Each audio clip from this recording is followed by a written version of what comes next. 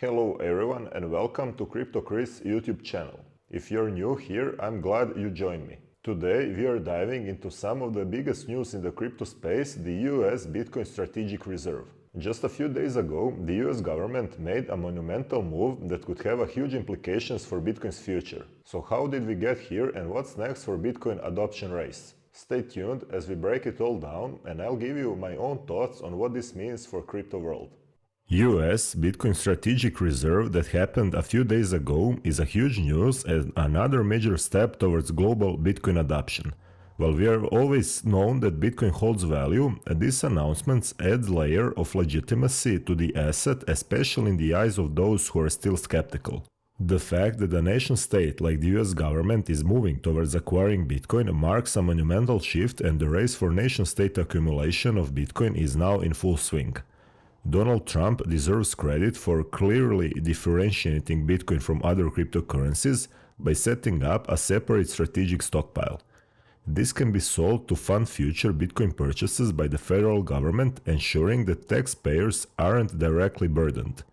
Additionally, alternative budget-neutral methods for acquiring more Bitcoin, such as reducing government spending on inefficient programs, are being explored.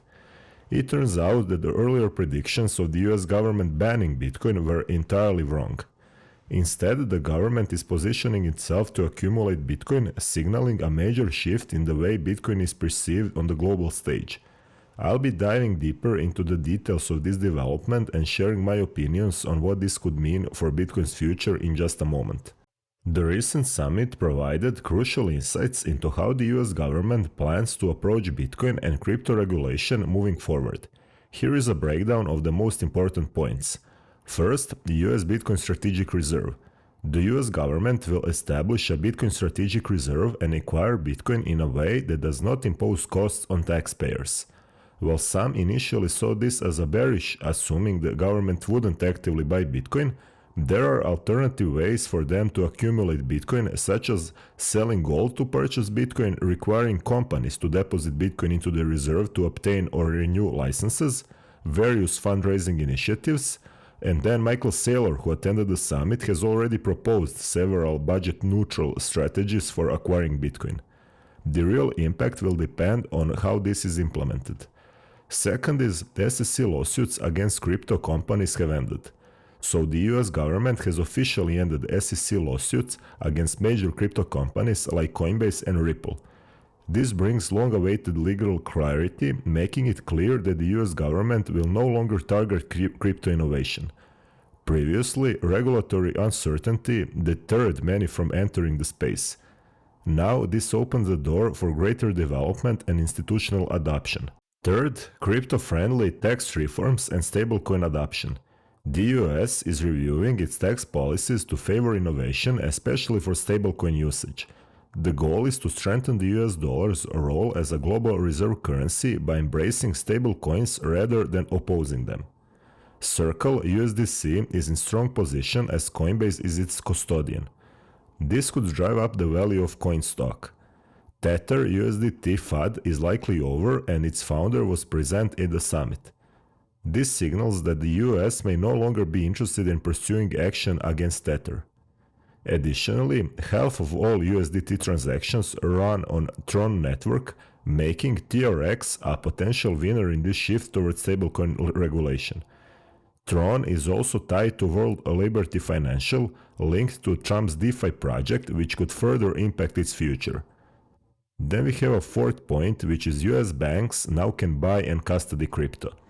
One of the most significant developments, though not directly announced at the event, is that US banks can now legally buy, hold, custody, sell, and stake crypto assets.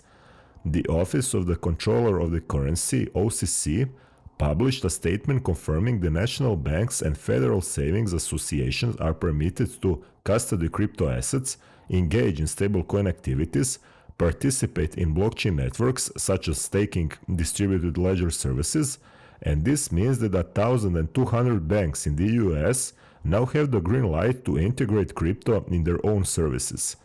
The race is now on. Whichever bank moves first will force others to follow, leading the widespread adoption of crypto within the banking system.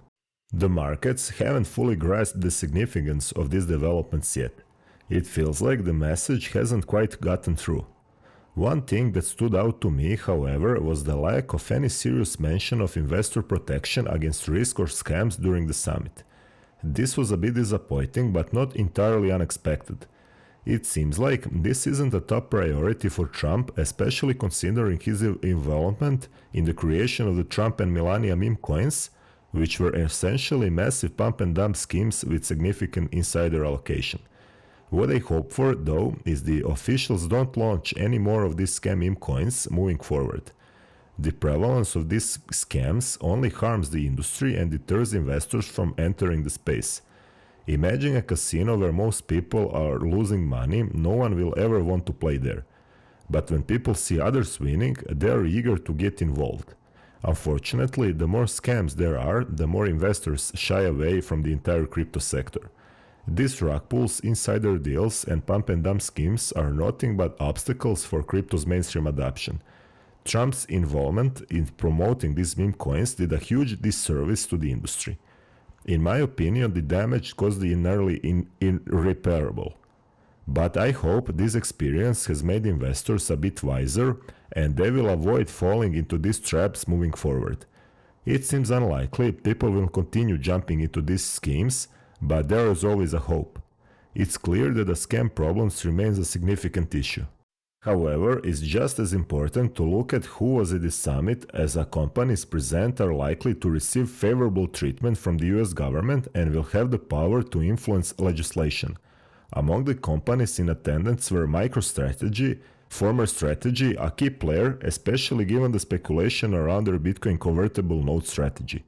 The US government has now efficiently endorsed it, making it more likely that institutional investors, including pensions, will feel comfortable investing in Strategy.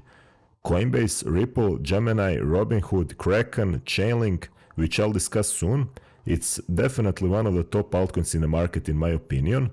There are also World Liberty Financial, Crypto.com, and Multicoin Capital, though I haven't looked into Multicoin Capital yet. Tether and Exodus Wallet were also in attendance, along with possibly MoonPay. From a speculative standpoint, this summit could mark a historic shift in how US approaches crypto. It's not just about what was said during the event, but about the regulatory changes that are set to unfold. This opens the door for more institutional investment in Bitcoin and crypto, which is exactly what I hoped for. We have just seen the beginning.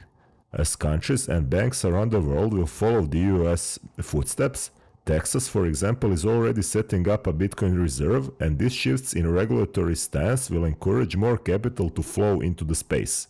When we examine the total Bitcoin holdings in ETFs globally, we can see that the peak was reached at 1.32 million Bitcoin. Since then, there's been a decline of around 50,000 Bitcoins in ETFs holdings. By the end of the February, we witnessed the most significant outflow from ETF wallets to this date. If we analyze this drop, it stands as the largest recorded decline in Bitcoin's ETF holdings in history. Comparing these movements, it suggests that we might be nearing the conclusion of this sell-off. ETFs, by their nature, are more inclined to accumulate Bitcoin rather than sell, especially during the market downturns, so it appears that their selling is almost over. When we analyze the data from order book, it focuses on the 10% order book depth. We can see a significant concentration of buy limit orders at the lower levels. At this point, there is a net difference of 325 million more buy orders than sell orders within a 10% price range from the current market price. This is crucial because it indicates even stronger buy pressure compared to the previous low, which was around $79,000. The fact that this level now attracts even greater buying interest at a higher price suggests that we are already in a very strong buy zone. And when we take a look at the Bitcoin chart, we can see that we revisited this trendline in the meantime. This also aligns with the remaining small CME futures gap that I mentioned in the last video, that there is a chance that we can still fill this gap. It is now maybe an ideal setup, potentially leading to strong accumulation and to move to the upside since we have filled this gap. That being said, while this analysis leans bullish, it's important to remember that Bitcoin is not an isolated asset. Macroeconomic conditions have a major influence, as we've likely seen. This is also a key reason why, despite some of the most bullish news in crypto history, we haven't witnessed a significant breakout yet. A bounce from the trendline I previously mentioned, combined with a bullish divergence, makes this look like a potential local bottom. However, for sentiment to flip fully bullish, the bearish RSI trendline needs to break to the upside. If Bitcoin existed in isolation, this setup would look strong, but given the wider market uncertainty and a rising sense of panic, there is still about a 50% chance, in my opinion, that we go lower. In this context, it's completely reasonable to stay on the sidelines until the RSI trendline decisively breaks upwards. If you're looking short term, which is not my personal way of looking on Bitcoin, I look long term, and that's all I'm interested in. The S&P 500 index has been giving us nothing but red with continued downside pressure. This just past weekend, China imposed tariffs on Canada, further escalating the ongoing trade war. The markets are reacting negatively to this, showing clear signs of uncertainty.